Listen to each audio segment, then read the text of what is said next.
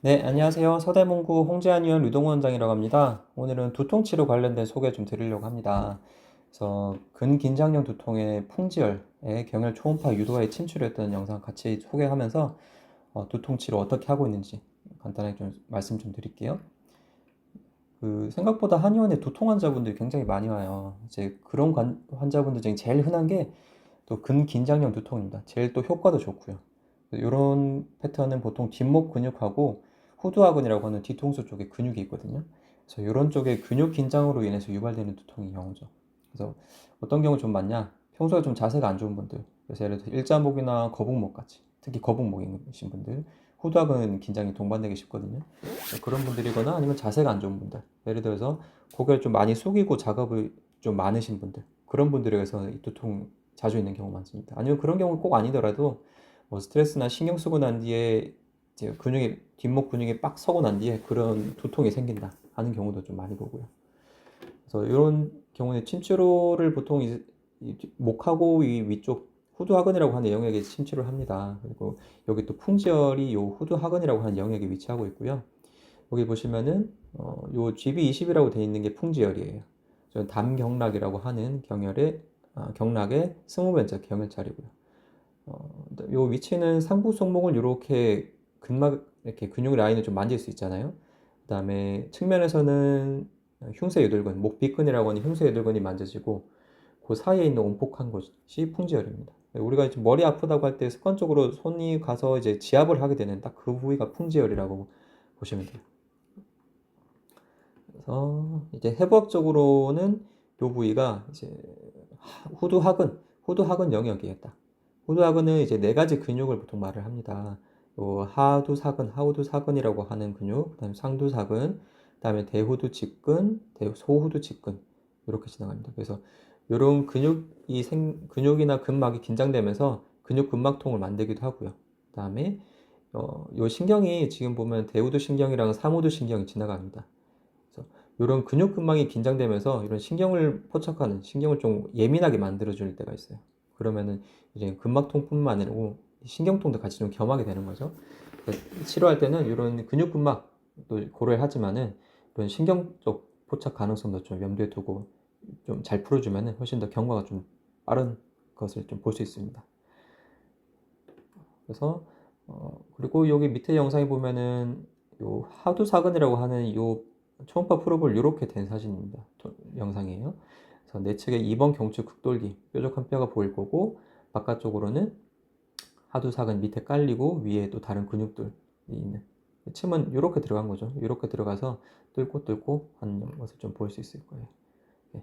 여기 밑에 깔리는 근육이 하두사근, 그다음에 그 위에 두 방긋근, 그다음에 침은 이렇게 들어와서 근육하고 근막이 같이 딸려서 움직이는 걸 볼 수 있거든요. 이건 2번 경추 극돌기입니다. 영상 한번 보겠습니다. 음, 지금 같이 움직이고 있죠. 이 하얀 점이 침 끝이에요. 이 프로브 바깥에서 들어왔기 때문에 침체 전체는 안 보이고 침 끝만 보입니다. 그래서 지금 방금 보신 것처럼 근육하고 근막, 다시 한번 볼까요? 근육하고 근막을 같이 뚫어준 거죠. 방금 이렇게 지나왔고 요 근막이 지금 하우드 사근의 위에 쪽 두방긋근 사이에 있는 근막에 대우두 신경하고 소우두 신경이 지나가요. 그래서 그런 근막 긴장만 잘 풀어줘도 저런 신경치료를 좀 같이 좀 겸할 수 있죠. 저는 사실 요 뷰에서는 이런 침치료 당연히 기본적으로 하지만은 약침치료 많이 합니다. 약침치료를 아까 말씀드린 신경치가 가는 근막을 잘 풀어주면은 근막 치료도 효과적으로 될 수 있고 그다음에 신경치료까지 같이 겸해서 좀 할 수 있는 거죠. 그리고 약침을 이렇게 하고 보통 도침 치료를 저는 제일 기본적으로 많이 하는데 풍부열, 요 상부성본 라인이나 아니면은 완골혈 풍절 이런 쪽으로 도침 치료 많이 해요. 도침 치료가 굉장히 두통 치료에 해보면 경과가 좀 빠릅니다. 요거는 두통 치료 케이스에 대한 소개 한번 보시면 좋을 것 같아요. 이분도 이렇게 치료 받으시고 좀 좋아졌었던 케이스였고 도침 치료가 뭔지 잘 모르시는 경우도 많습니다. 그래서 요 클릭해서 보시면은 여기 이제 다른 포스팅가 나올 건데 요 침체가 있고 요 끝이 일반 침하고 좀 다르게 날로 돼 있는 침이에요. 미세 칼날 침인 거죠. 일반 침 끝은 송곳입니다. 근데 송곳인데 얘는 끌처럼 날을 가지고 있는 침이라고 보시면 되죠. 그래서 근육 근막 긴장될 때는 이 도침으로 자극 주는 게 굉장히 잘 풀리고 좋습니다.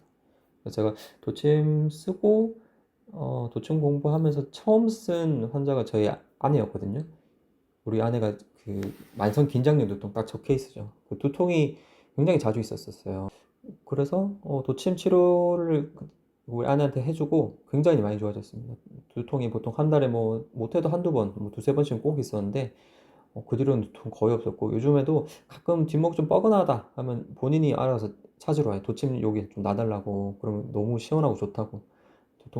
도침에 좀 매니아가 됐죠. 그래서 긴장용 두통인 경우에는 저는 도침 치료 꼭 해보시라 하고 추천 많이 드리고 있습니다. 그래서 밑에 보시면은 긴장성 두통인지 조금 체크리스트 해볼 수 있는 걸 찾아봤거든요. 이건 한의학진흥원에서 나온 자료고요. 긴장성 두통은 가장 흔한 두통이라고 하죠. 평생 인류의 한 30%, 80% 가까이는 평생에 한 번 겪는다. 누구나 한 번씩 좀 있는 편이죠. 그다음에 이런 특징들을 좀 보이는데요. 특히 세 번째까지 주로 양측 전체적인 두통인 거죠. 한 일직성이라기보다는 머리 전체가 좀 아프다고 하는 경우. 그리고 압박감 또는 조이는 양상. 뭐 어떤 분은 띠두르는 듯이 이렇게 아프다. 아니면 그냥 전체적으로 좀 뻐근하면서 뭐 아프다. 일반적인 두통 양상 거의 긴장성 두통의 경우가 많습니다.